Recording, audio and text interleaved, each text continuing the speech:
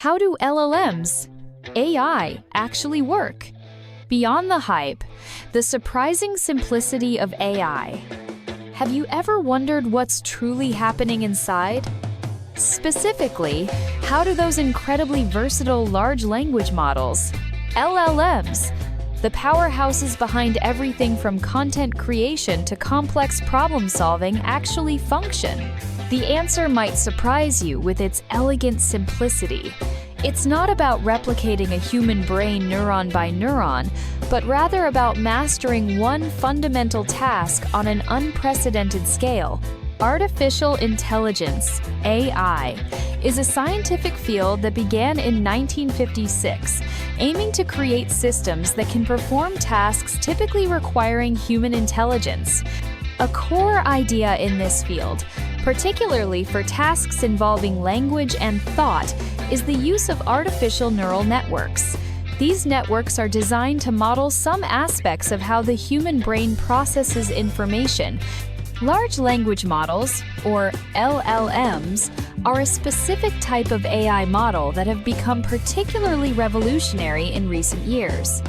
While the term large language models can broadly cover various models like BERT, it most commonly refers to generative models such as GPT. These models have shown remarkable capabilities, including understanding and generating natural languages like humans, and even exhibiting reasoning abilities.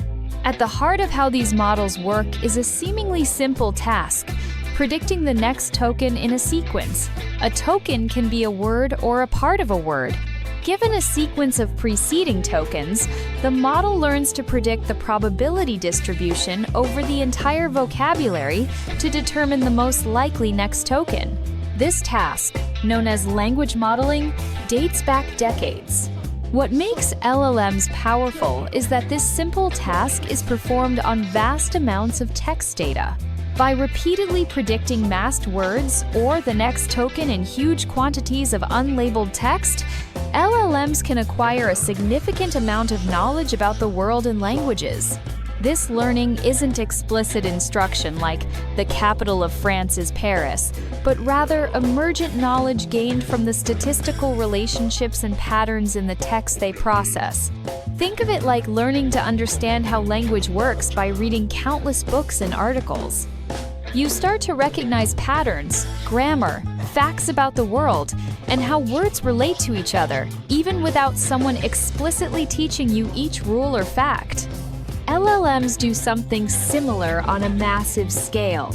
The output of an LLM is typically a sequence of tokens, generated one after another in an autoregressive process.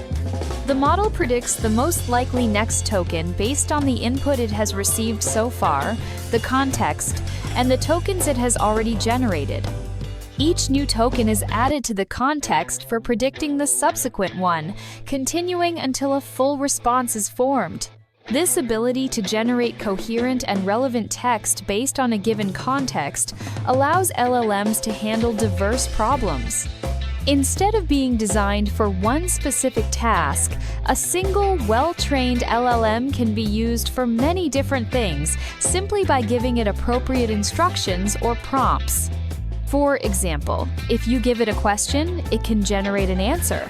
If you give it text and ask it to summarize, it can generate a summary. This transformation of various problems into text generation tasks through prompting is a key aspect of how LLMs are applied today.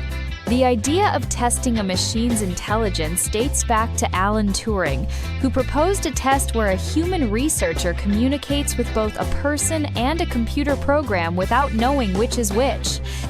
If the researcher cannot distinguish the program's responses from the human's by tack, the program's behavior is considered intelligent.